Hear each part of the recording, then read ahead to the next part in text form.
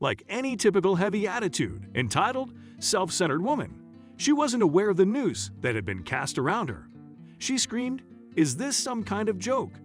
The waiter looked over the bill and said, "I apologize.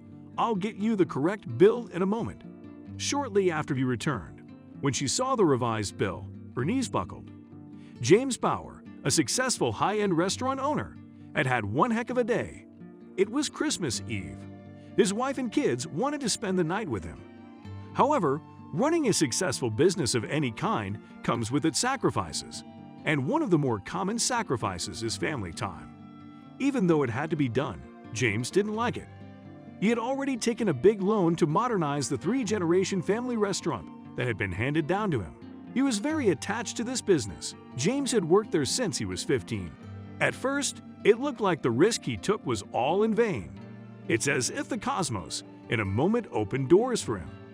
His fortune suddenly turned when a small local YouTube channel featured his restaurant. Critics started flocking to write reviews on the restaurant. Soon after, James began hosting celebrities. And due to its popularity, people have to book as far back as July for a table in December. However, it seems some people felt they were exempt from this rule. Christmas Eve was such a busy day for his restaurant, and he was understaffed. James had to be the one at the door welcoming the guests. At a distance, he saw a woman and 5 of her friends, and he could sense trouble lurking.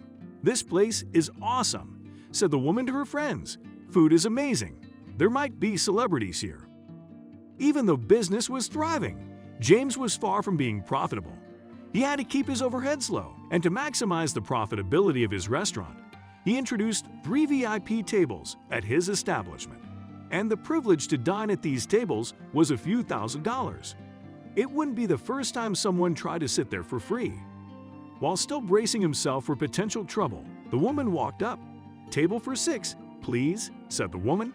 With a smile, James replied, "Of course. Could I please get the name on the reservation?" The woman replied, "I don't have one, but it's okay. The owner is a personal friend." James knew full well that the lady was lying. He politely explained to her that if she had no reservation, she couldn't get a table. She wouldn't have it. She demanded a VIP table and promised to get James fired from his lousy minimum wage job if he didn't comply. After the date he had, he was desperate for some entertainment. James knew what he was planning to do could potentially blow up in his face. But what choice did he have? This woman was threatening his minimum wage job. She had to be taught a lesson, even if it meant losing money. James mentally salivated, cracked his neck and knuckles. The match had begun.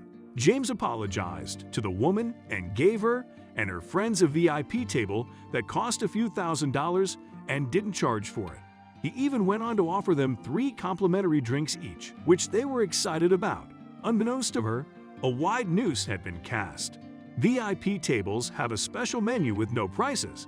Since the ladies were in the VIP, James handed them one. He told them it was a busy night and their orders would take a while, trying to get them to order as much food and drinks as possible. The ladies rudely placed their orders, but James was patient. After a night of great food and drinks, the woman then asks for her bill. Earlier that night, she had told her friends that everything was on her. When she was handed the bill, she nearly collapsed. "Is this some kind of joke?" she screamed at James. He looked over the bill and politely replied, "Oh yes, I apologize. I'll get you the correct bill in a moment." James realized he had forgotten to charge a few items. She sighed a sigh of relief, expecting to see a smaller bill when James returned. She had gone all of her life believing that she could push anyone over with no real consequences. All that was about to change. She was like a car traveling at 200 miles per hour headed straight for a concrete wall. James returned with a whopping $4,352 bill for her. And the music stopped. "You must be kidding me," said the woman with a shaky voice. "Why, ma'am? Is that not what you ordered?" asked James.